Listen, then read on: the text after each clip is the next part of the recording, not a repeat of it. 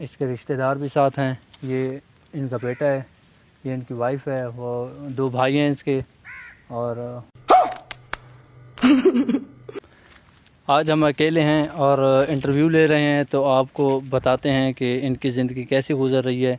तो इनसे पूछते हैं। अस्सलाम वालेकुम, कैसे हैं आप?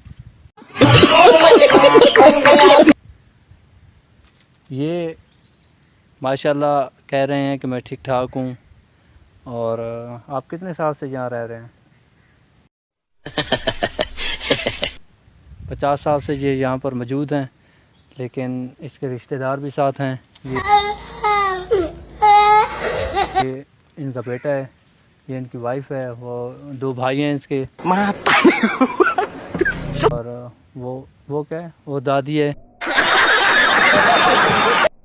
तो ऐसे ही मतलब इसके रिश्तेदार भी वहाँ मौजूद हैं।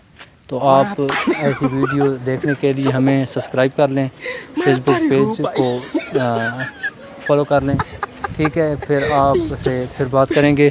तो